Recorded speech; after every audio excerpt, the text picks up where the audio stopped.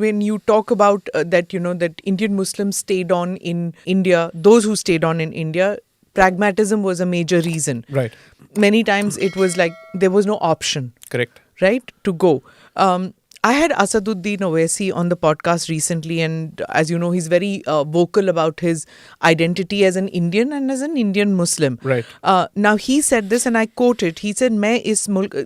Reason I asked him also is because, there people call him the modern day Jinnah in India. It's a very rude way of saying it, but then I think Jinnah was better. They said that. So he says that मैं इस मुल्क में इसलिए हूँ क्योंकि मेरे बुजुर्गों ने ये जिन्ना के two nation theory को ठुकराया था. So let's go to the first limb of your question, which is on why did I make the statement that they stayed back for reasons of practicality and pragmatism. The good part is a lot of these people said this themselves. So there's a fantastic interview on YouTube of Maulana Madni where he's speaking to a Pakistani journalist, and he was asked this very same question. Why didn't everyone move there? What was the reason? He said that you're looking at a population which has stayed in this part of the world for several generations. They had their properties here and they had their masjids here.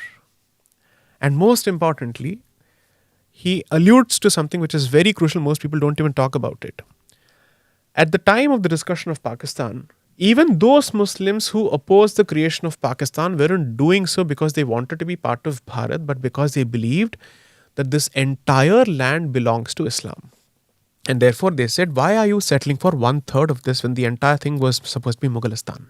So it's not that we belong to Bharat, but the converse is Bharat belongs to us. Rather, Hindustan belongs to us. Because it had been conquered. Conquered. And that reference is constantly there in every speech of Syed Ahmad Khan where he said, we have ruled this place for 800 years. That's where this myth comes from his speeches. He says this over and over and over again. So when someone tells me, no, they stayed back for patriotic reasons, yes, but patriotism towards Bharat, no, patriotism towards Mughalistan. That is what they say. Now let's go to the next level. Mr. Owaisi presents a very, I'd say, a peculiar picture. Because his party is the legal successor, or at the very least, the ideological successor of the party founded by Ali Rizvi, a lawyer who led the Razakars into the genocide of Hindus during Operation Polo. We should know this as people who come from Bhaginagar and Hyderabad, where we have seen our families and relatives being butchered at the hands of these Razakars. So they would come with serrated knives. You'll find Razakars being mentioned in two different parts of the world, Bangladesh and in Hyderabad. Yeah. Okay. So Razakars, what they would do is that they would tie the male members of the family together and set them alight for the rest of the families to watch. This was the nature of it.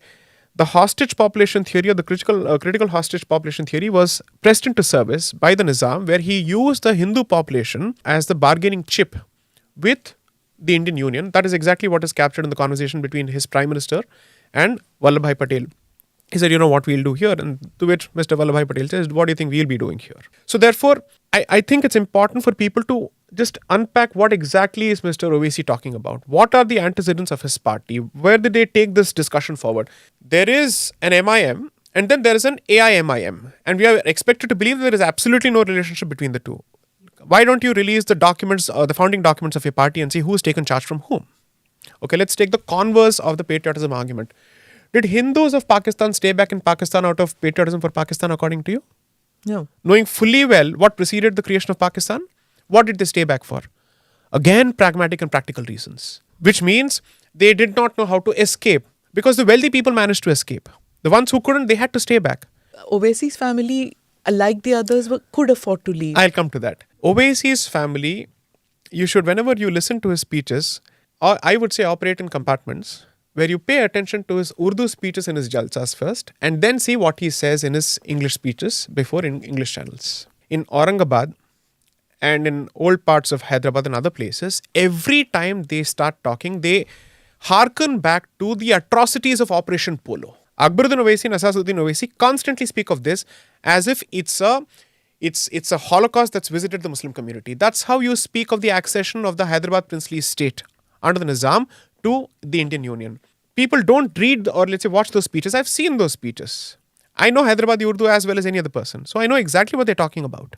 So what is being presented to the English audience is the sanitized version. Now, Sri Arun Shourie wrote a brilliant piece in his heyday as a journalist around the Ram Janmabhoomi period, where he spoke of how temples were destroyed and how history was whitewashed. He said, I went to the seminaries library in Deoband and other places. The Arabic version openly says we destroyed this temple, this temple, this temple, this temple. He identifies all of that. Arabic to Urdu goes through the first round of distortion where the tone has come down a bit. From Urdu to English, it's gone completely. And then now we are being told that Ghazni came to Somnath to liberate the non-Brahmins from the Brahmins. This is apparently he had to come 17 times to liberate people and not for the gold, right? Now, when it comes to Mr. Owaisi, when he says this, he is abundantly clear in several statements on YouTube. He says, Dakhan hamara hai. Dakhan is Dakshin, Deccan, that's where it comes from, because the Nizam was effectively the sword arm of the Mughal in the south. The two regions that were dear to Aurangzeb were Bengal, because he was the Subedar of that particular Suba, and then Dakhan, which turned out to be the graveyard of the Mughal Empire. Because the Marathas had come up here, the Vijayanagara Empire, all of these people were here. Of course, Vijayanagara precedes Babur, that's a different issue.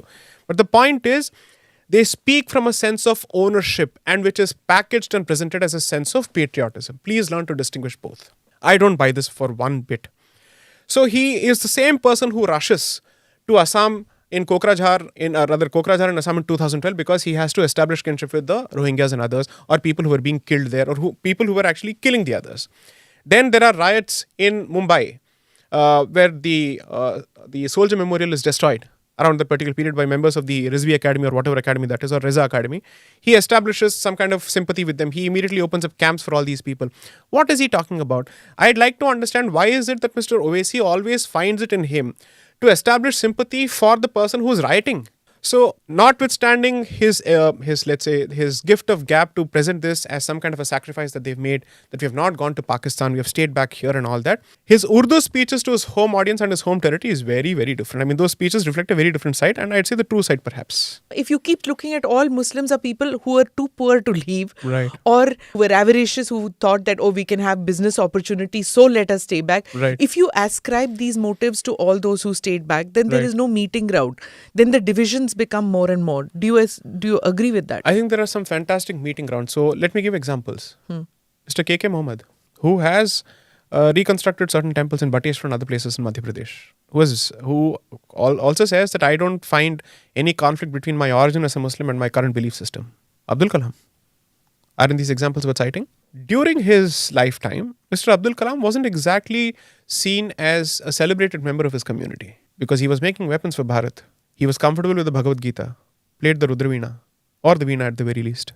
Now, these kind of examples don't work because these are the examples where the process of Islamization is still not complete. There's a fantastic discussion or a debate that happens on the Earth Litfest platform in 2019 with Mr. Owaisi, Mr. Subramanian Swamy, Dr. Subramanian Swamy and myself, and I was supposed to be the moderator there. When he was asked the question of what is the position of the rest of the Indian Muslims with respect to Kashmir and Bharat's relationship, see how wishy-washy he gets. So that means an elected member of the parliament who's been voted to Bharat's parliamentary body, its legislative body, still doesn't wish to commit to the cultural relationship and the civilizational relationship between Kashmir and Bharat. He says that's a complicated issue. I asked him about CAA. He doesn't want to acknowledge the fact that in Islamic republics, Hindus get a rough deal, at least in this neighborhood. He doesn't want to address that. I asked him if a specific legislation or an amendment comes out identifying a particular cause, why don't you accept that this cause has a direct relationship with the identity of the country? Because then he would end up having to admit that Islamic republics give out a rough deal and a short end of the stick to Hindus, at the very least in our neighborhood. He doesn't want to accept that. That is with respect to Pakistan and Bangladesh. He says that I have gone to Pakistan, I have spoken out against the terror activities of Pakistan. Then why don't you acknowledge that it's the Pakistani state, which is the Islamic state, which is actually meting out this kind of treatment to Hindus? Why doesn't he speak out against that? He has all the time in the world to establish kinship with Rohingyas. He has all the time in the world to establish kinship with Muslims across the world, including Palestinians, but not for Hindus in Pakistan and Bangladesh. So my point is, I find it useless to say that there is a problem with someone else. I say the problem lies within. And the problem lies within wherein we haven't produced enough committed, intransigent hardliners who stick to the position of their culture as much as they are supposed to. And each time the Hindu society manages to produce them, they are in the minority and they're isolated. That's exactly the fight between the moderates and the extremists in the Congress of that particular period. The Naramdal and the Garamdal, that's the distinction.